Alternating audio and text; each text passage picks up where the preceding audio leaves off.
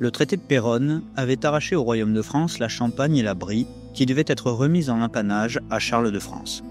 À ce titre, le frère du roi devait obtenir des fiefs lui permettant de vivre du sien, c'est-à-dire d'avoir des revenus directs ne dépendant pas des faveurs royales.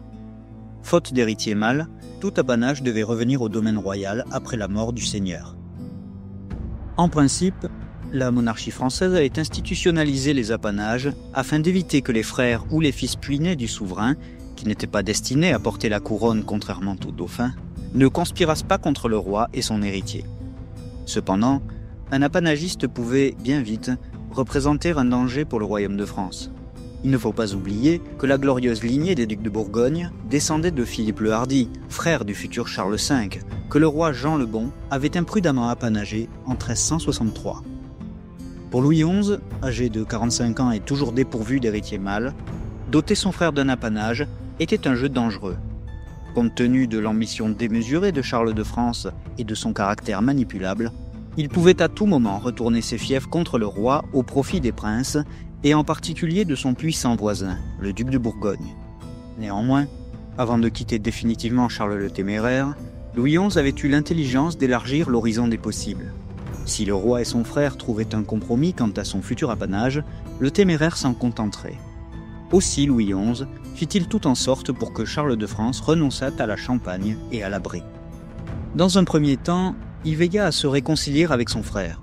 Entre Noël 1468 et le début de l'année 1469, Louis XI multiplia les gestes d'apaisement à l'attention de Charles.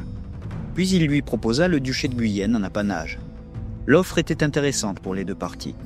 La Guyenne, en effet, rapporterait des revenus conséquents à Charles de France, 150 000 livres de recettes annuelles, quoique 2 à 3 fois moindres que ceux de Normandie. Prospère, cette immense province était ouverte sur l'océan et la péninsule ibérique. La Guyenne, par ailleurs, avait pour autre avantage d'être suffisamment éloignée de Bourgogne et de Bretagne. De toute évidence, ce point était crucial pour Louis XI, car il maintenait tous ses adversaires dissociés. Mais il l'était aussi pour son frère Charles. Âgé de 22 ans, il est vrai que l'héritier de la couronne désirait à présent affirmer son indépendance face aux grands féodaux. En outre, ses conseillers aspiraient à ce que leur maître s'extire pas de l'influence de François II de Bretagne, de façon à pouvoir jouer un vrai rôle auprès de leur seigneur. Louis XI entama donc un rapprochement auprès d'Oded-Aïdi, le plus influent conseiller de Charles de France, afin de le persuader d'accepter sa proposition. L'affaire semblait réglée, trop bien réglée. Au goût de certains conseillers, comme le cardinal Jean Balue, la paix avec la Bourgogne constituait un frein considérable à leur avancement et à leur gratification. Balue, que certaines rumeurs infondées accusaient d'avoir mal conseillé Louis XI à Péronne, était du reste écarté au conseil du roi. Soucieux de revenir en grâce auprès de son maître, il fomenta de toutes pièces un complot contre Louis XI, dont il parviendrait naturellement à sortir le roi. Aussi le cardinal rédigea-t-il une lettre à l'attention du duc de Bourgogne, afin de l'inciter à faire échouer les pourparlers entre Louis XI et son frère. Malheureusement pour Balue, ces lettres furent interceptées par les agents du roi. Le 23 avril, Balue, pris à son propre piège, fut arrêté. Relevant exclusivement de la justice de l'Église, le cardinal ne pouvait être condamné pour lèse-majesté. Louis XI s'en contenta. Faute de jugement, Balue croupira dans ses geôles. Pendant 11 ans, le cardinal sera placé sous surveillance de jour et, du fait des évasions nocturnes très récurrentes à l'époque, sera contraint de passer la nuit dans de grandes cages de 2 à 3 mètres de côté. La légende ne tardera pas à attribuer à Louis XI l'exclusivité d'une pratique relativement courante à l'époque. Quoi qu'il en soit, le rapprochement entre Louis XI et Charles de France ne fut pas enrayé par les manigances de Jean Balue. Le frère du roi, en effet, savait faire valoir ses exigences. En avril 1469, il demanda à ce que Louis XI lui transportât l'hommage du seigneur d'Albret, des comtes de Foix et d'Armagnac, en complément de la Guyenne. Le roi de France, pour sa part, refusa, afin de préserver sa souveraineté sur les seigneurs du Midi. En compensation, il accrut significativement l'apanage de son frère, qui comptait à présent le duché de Guyenne, la Gascogne, la Genée, le Quercy, le Périgord et la Saintonge. Dans ces conditions, d'abord méfiant, Charles de France accepta la proposition de Louis XI. On imagine aisément la joie maligne avec laquelle le roi de France annonça aux ambassadeurs bourguignons que son frère renonçait à la Champagne au profit du duché de Guyenne. La clause la plus délétère du traité de Péronne était ainsi évincée, sans pour autant remettre la paix franco-bourguignonne en cause. Satisfaits, les deux frères célébrèrent leur réconciliation dès septembre 1469. Le 7, ils se revoyaient pour la première fois depuis l'entrevue de Vincennes du 31 octobre 1465. D'abord sur la défensive, Charles de France, qui craignait d'être arrêté et démis de son apanage par Louis XI, finit toutefois par faire l'accolade à son frère sous les Noëls des convives. Le 18 septembre, ils signaient un traité de réconciliation. Puis les deux frères passèrent le Noël 1469 ensemble à Tours, ne se quittant plus, se promenant main dans la main et dormant dans la même chambre. Un retournement surprenant au regard des affrontements passés. Tous deux avaient de quoi être satisfaits. Charles, devenu duc de Guyenne, devenait pour sa part le troisième prince le plus riche du royaume, derrière le duc de Bourgogne et de Bretagne. Louis XI, de son côté, avait remporté une victoire importante. Il amputait certes du domaine royal un immense territoire apanagé, mais qui ne lui rapportait guère plus de 5 à 10% de ses revenus. De même, l'apanage de son frère ressemblait davantage à une collection de fiefs qu'à une réelle force politique.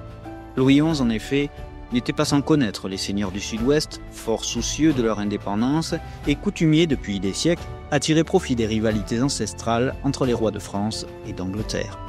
Du reste, l'apanage composite de Charles comptait de nombreuses assemblées d'États en Quercy, en Agénois, en Périgord ou en Comminges qu'il serait très difficile de placer sous une autorité unique.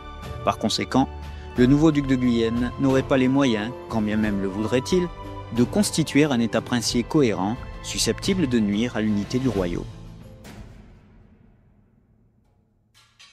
Dans les années 1469-1470, Louis XI s'évertua à asseoir sa souveraineté, déjà bien établie, sur les princes de France. Sans nul doute, le roi de France inspirait la crainte aux grands féodaux. Même le duc de Bourbon, pourtant l'homme fort du gouvernement royal, n'était plus aussi puissant qu'auparavant.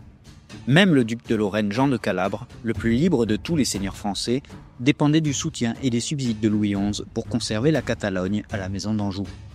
Dans ce paysage figé, seuls les seigneurs d'Armagnac osaient encore troubler le silence.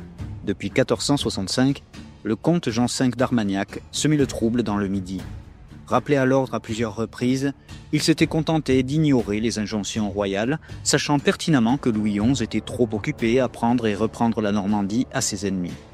En 1468, le roi avait accordé à Jean d'Armagnac 10 000 livres pour mettre fin à ses incursions. Le comte, une fois encore, ne donna pas suite. Son propre cousin, le duc de Nemours, qui redoutait les foudres de Louis XI, tenta tout pour le raisonner, en vain. Aussi le roi de France, quelque peu agacé, décida-t-il d'employer les grands moyens.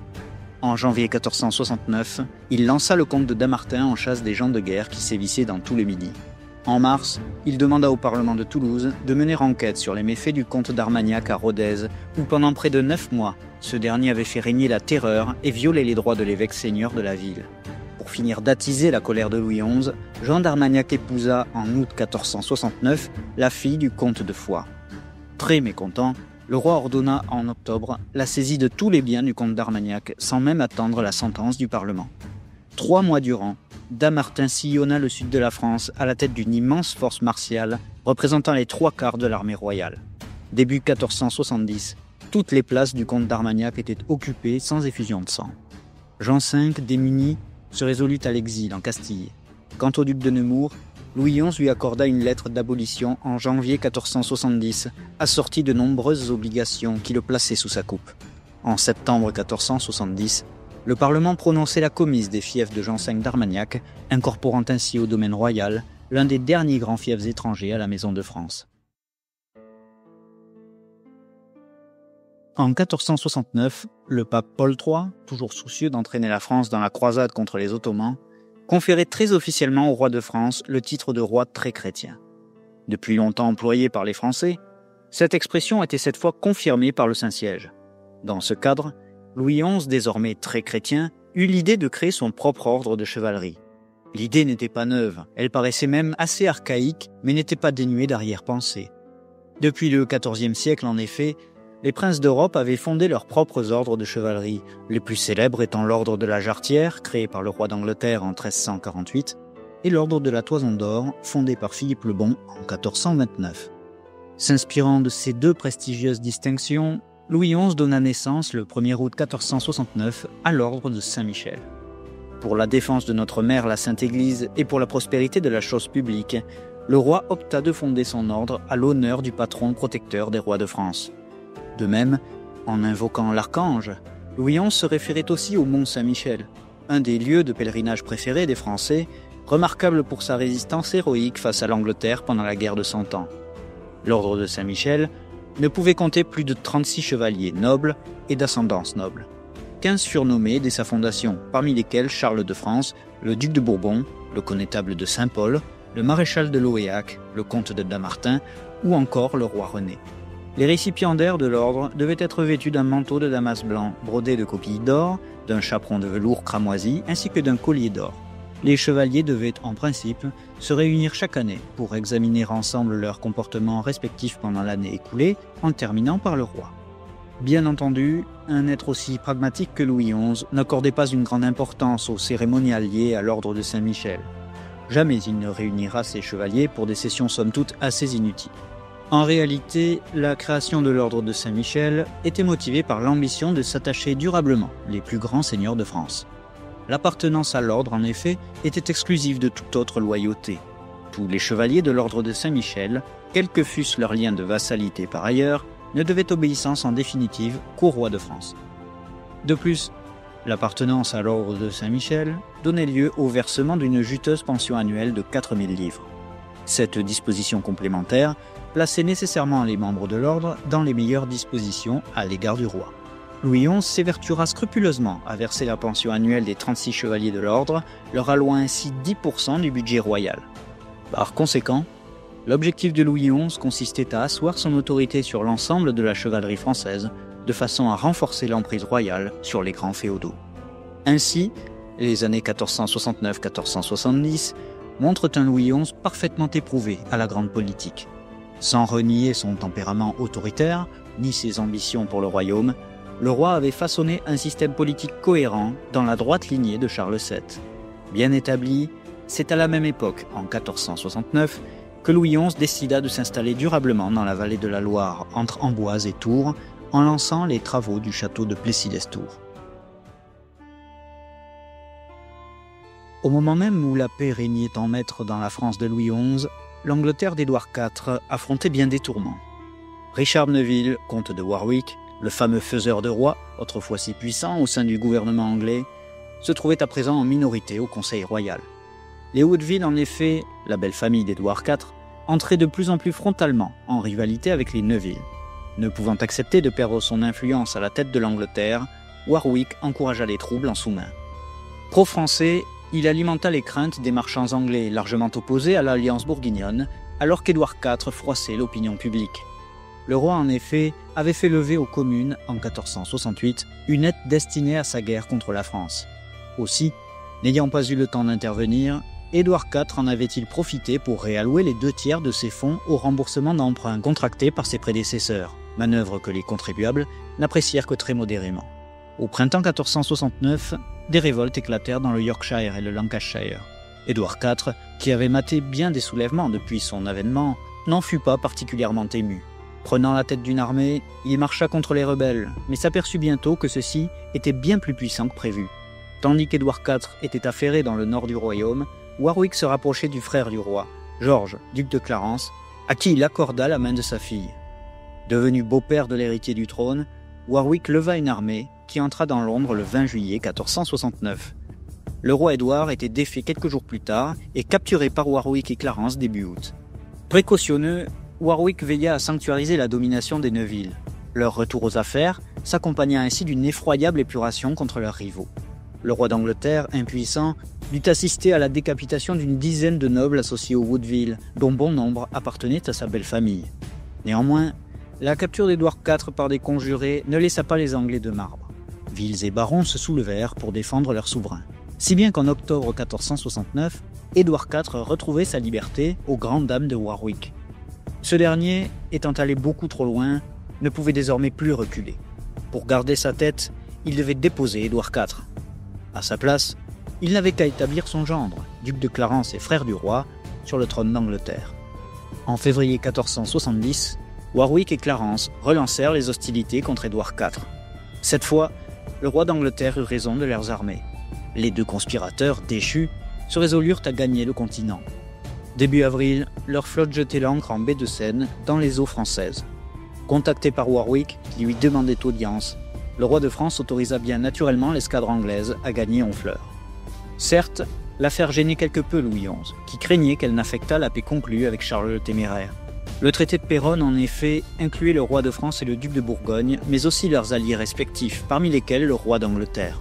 De fait, si Louis XI apportait son soutien au comte de Warwick entré en rébellion, Charles de Bourgogne pouvait hurler à la violation du traité de 1468 et en tirer prétexte pour déclarer la guerre à la France. Pour ne pas arranger les choses, Louis XI apprit bientôt qu'avant de mouiller sur ses côtes, la flotte de Warwick avait arraisonné et pillé une quarantaine de navires marchands flamands, c'est-à-dire sujets du duc de Bourgogne. Le roi, du reste, savait que le Téméraire serait fatalement au courant de la présence de Warwick dans ses eaux. Il lui fallait donc prendre les devants. De sa plus belle plume, Louis XI s'excusa auprès du duc de Bourgogne en indiquant qu'il n'avait pas eu connaissance de l'abordage des navires flamands avant d'autoriser Warwick à accoster.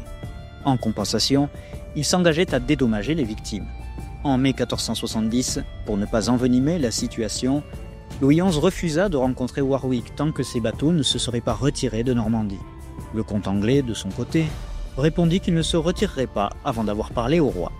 Pour avoir le dernier mot, Warwick dépêcha quelques vaisseaux au large pour saisir d'autres bâtiments bourguignons. Finalement, Louis XI demanda à Warwick d'aller mouiller dans le Cotentin, du côté de Barfleur, en espérant que les choses ne se détériorent pas. Le 8 juin 1470, le roi de France recevait Warwick à Amboise, où il convia Marguerite d'Anjou. L'ancienne reine dont l'époux Henri VI était reclus à la Tour de Londres s'était installée à Bar-le-Duc, en terre angevine. Parvenue à Amboise fin juin, Marguerite d'Anjou s'efforça, à son corps défendant, de coopérer avec l'architecte de tous ses malheurs, le comte de Warwick. Celui-ci, venu gagner le soutien de Louis XI en vue de renverser Édouard IV, dut renoncer à son plan initial, installer son gendre, le duc de Clarence, sur le trône d'Angleterre. Bien vite, la solution lancastrienne s'imposa. Au gré des exigences et des compromis, un plan s'esquissait. La couronne d'Angleterre devait revenir à Henri VI de Lancastre, avec l'aide de Warwick et de Louis XI. En échange, Anne Neville, fille de Warwick, devait épouser le prince de Galles, Édouard de Lancastre. Le comte, non content d'avoir pour gendre le frère d'Édouard IV, deviendrait alors le beau-père du fils d'Henri VI et de Marguerite d'Anjou, conservant ainsi son influence réelle sur le pouvoir. Quant au roi de France, qui veillerait à financer l'opération, il gagnerait une alliance avec l'Angleterre valable 30 ans, qu'il pourrait alors tourner contre la Bourgogne. Louis XI accepta de s'associer au projet, quoique sans trop y croire.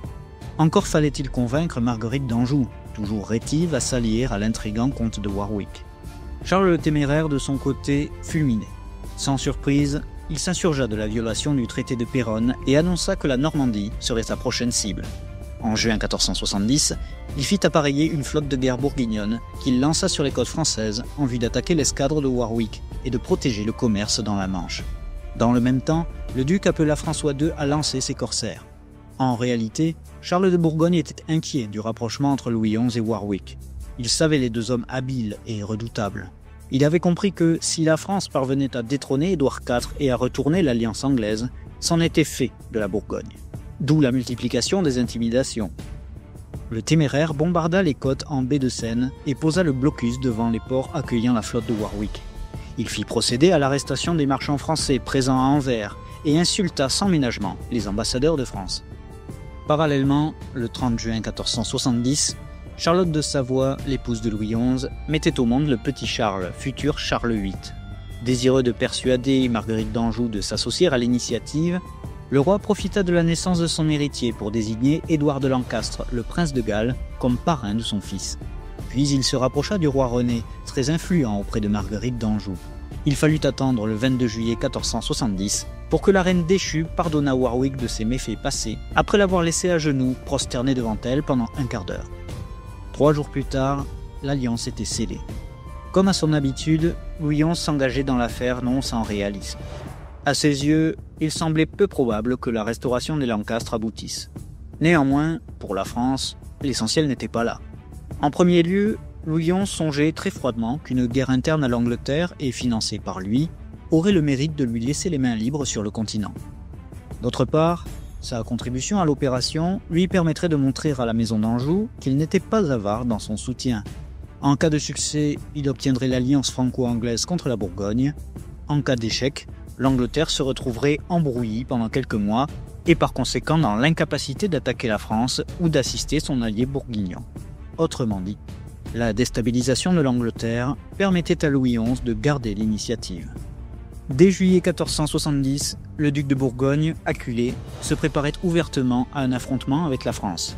Louis XI, de son côté, tout en restant sur ses gardes, ne s'en inquiéta pas outre mesure. Le roi, en effet, savait que le téméraire, isolé des autres princes de France et allié d'un Édouard IV trop menacé sur ses terres, n'avait tout simplement pas la force suffisante pour défier ses compagnies d'ordonnance. Louis XI fit donc preuve de patience. Dans l'attente de la déstabilisation de l'Angleterre, le roi de France se contenta de préparer une épargne de guerre. Il savait du reste que la flotte qui croisait dans la Manche ponctionnait des sommes colossales sur le trésor de l'État bourguignon. Le temps jouait donc pour la France. Le roi Louis resta donc alerte, dans l'attente d'une opportunité. Début septembre, les navires de guerre de Charles le Téméraire et d'Édouard IV sillonnaient inlassablement les côtes normandes afin d'intercepter les vaisseaux du comte de Warwick. Cependant, une tempête dispersa les escadres anglo-bourguignonnes. Saisissant l'occasion, Warwick appareilla pour l'Angleterre le 9 septembre, où il débarqua 4 jours plus tard. Prêt à l'accueillir, Édouard IV confia la plus grande partie de ses troupes à John Neville, le frère de Warwick, lequel lui était resté fidèle quelques mois auparavant. Or, le roi anglais oubliait qu'il avait passablement déçu son serviteur en l'obligeant à se séparer de son comté de Northumberland. John Neville, lui, ne l'oubliait pas, si bien qu'il se rallia bien volontiers au parti de son frère Warwick. Ce dernier, proclamé lieutenant général d'Henri VI, entra triomphalement dans Londres le 6 octobre 1470. Édouard IV, quant à lui, se contraignit à l'exil et gagna la Hollande quelques jours plus tard. Manifestement, l'opération, qui avait coûté plus de 100 000 livres tournois au roi de France, était un retentissant succès. Apprenant la fuite du roi Édouard, Louis XI, exultant, se tourna alors vers la Bourgogne. Il rappela à Warwick les termes de l'accord, à savoir une alliance franco-anglaise unie contre Charles le Téméraire. Puis, le 14 octobre, il fit publier le traité convenu avec Warwick, de façon que toutes les nations d'Europe s'aperçussent que la Bourgogne n'avait plus d'alliés. Dans le même temps, Louis XI tenta de frapper les finances de l'État bourguignon en lançant une ambitieuse opération de guerre économique. En octobre 1470, le roi de France rassembla une assemblée de notables représentant les plus grandes villes marchandes de son royaume. Là, il présenta à son auditoire son grand dessein: asphyxier économiquement les places de Bruges et d'Anvers en détournant vers la Normandie les flux commerciaux issus de la Baltique et de la Méditerranée.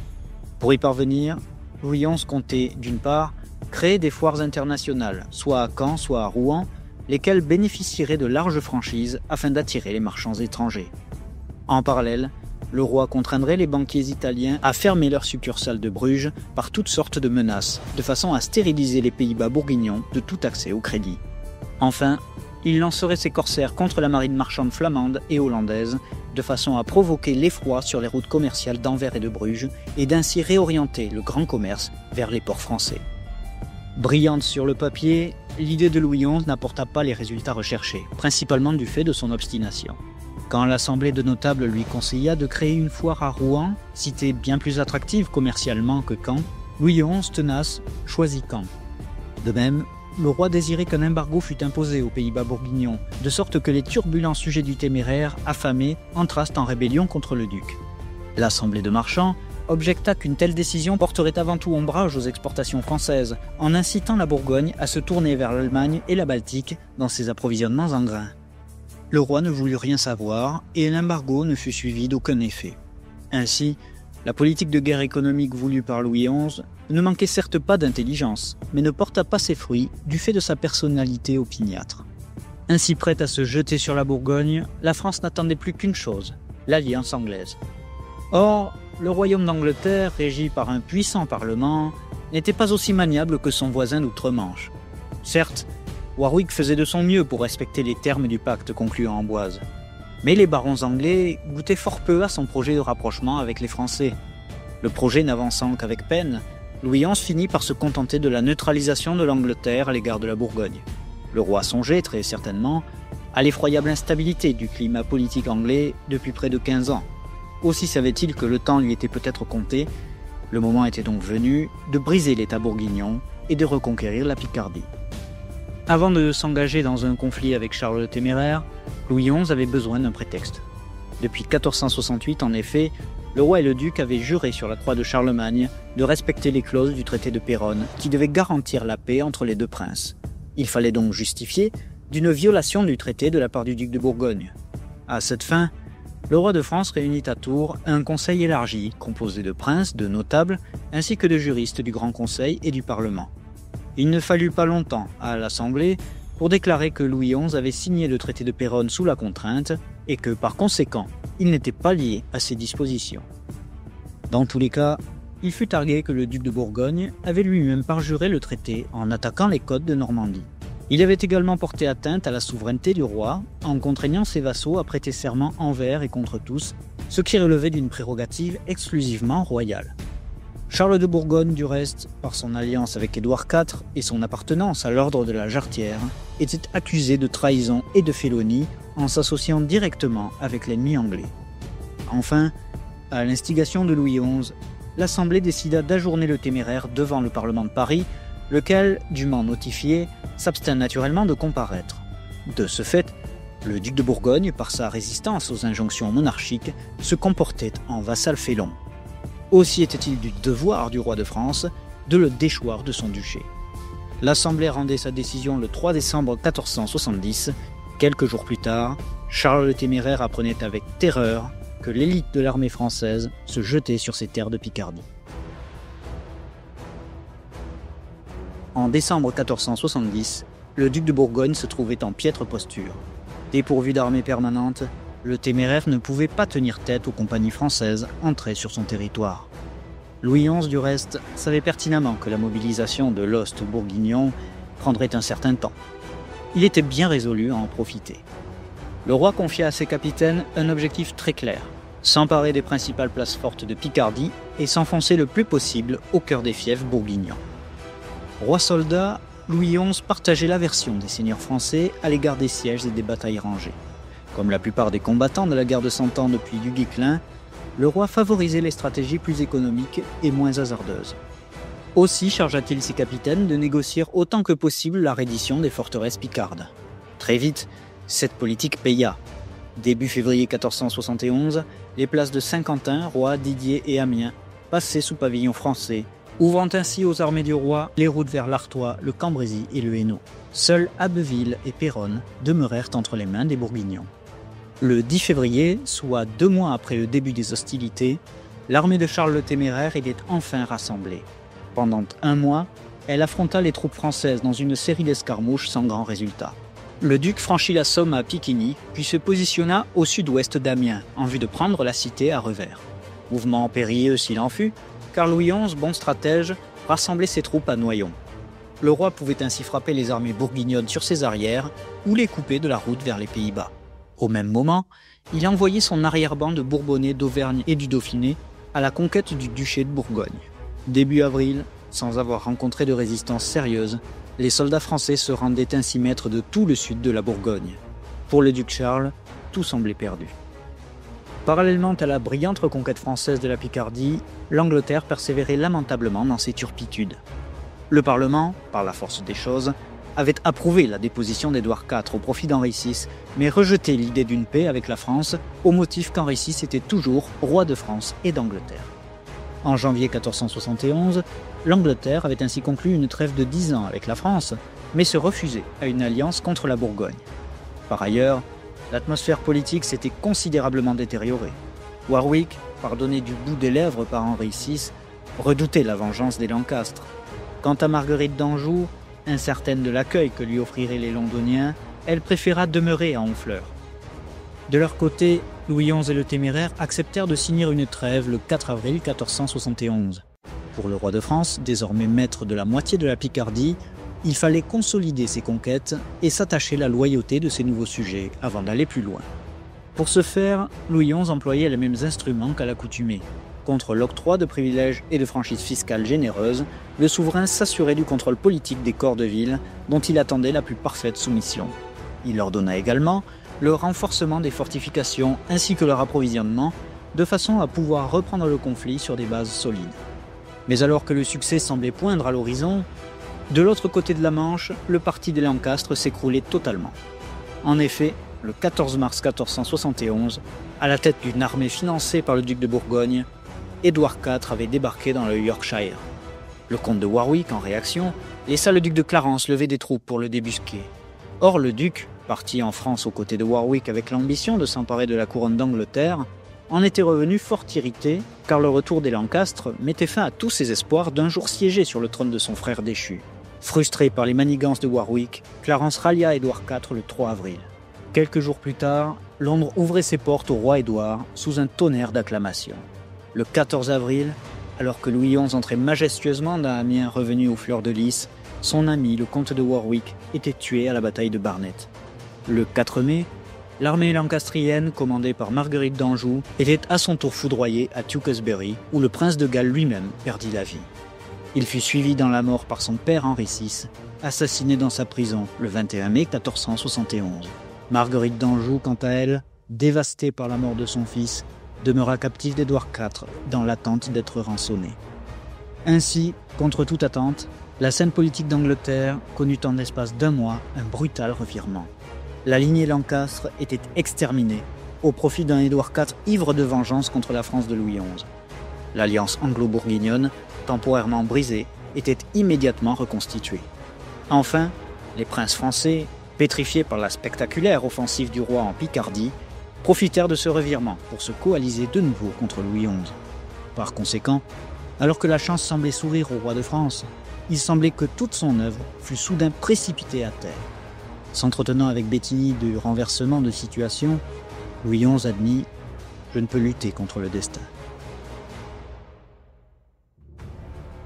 Entre 1469 et 1471, Louis XI profita d'un contexte favorable pour saisir toutes les opportunités politiques. Exploitant la faille qu'il avait su tirer du duc de Bourgogne à Péronne, le roi entama un formidable rapprochement avec Charles de France. Par là, Louis XI put conserver la Champagne au domaine royal, sans pour autant risquer de doter son frère d'un trop dangereux apanage. Profitant également de la paix avec le Téméraire, le roi de France put s'employer à rétablir l'ordre dans le midi de la France, et ainsi raffermir son emprise sur les princes français, encore rétifs à son autorité. Dans la même idée, il institua l'ordre de Saint-Michel afin d'asseoir sa suprématie sur les plus grands seigneurs de France. Enfin, les troubles qui sévissaient en Angleterre furent pour le roi Louis l'occasion d'infléchir la politique diplomatique anglaise à l'égard de la Bourgogne. Les premiers succès de l'opération lui permirent ainsi d'attaquer par surprise les domaines de Charles le Téméraire et de lui arracher 2 des 4 verrous de la Picardie. Le roi de France tenta même de profiter de la situation pour accroître la prospérité économique et commerciale de ces domaines par la guerre économique. Certes, les ambitions diplomatiques de Louis XI s'effondrèrent avec la chute des Lancastre outre-Manche. Toutefois, la capacité du roi à créer des occasions, ou à tout le moins à les saisir, est absolument remarquable. Louis XI, du reste, jouissait d'une exceptionnelle expérience de soldat. Ayant fréquenté les meilleurs capitaines de son temps dans ses jeunes années, il était capable d'analyser une situation militaire, de mesurer les risques et les opportunités à toute opération. Le roi savait également déléguer la stratégie martiale à des hommes capables, dans lesquels il plaçait toute sa confiance. Très au fait de ses propres limites, le roi donnait des conseils tout en laissant à ses capitaines de grandes latitudes pour les appliquer ou non sur le terrain. Par conséquent, malgré des déconvenues sur lesquelles il n'avait aucune prise, Louis XI démontra entre 1469 et 1471 un sens politique et militaire des plus aigus que fort peu de ses successeurs surent par la suite égaler.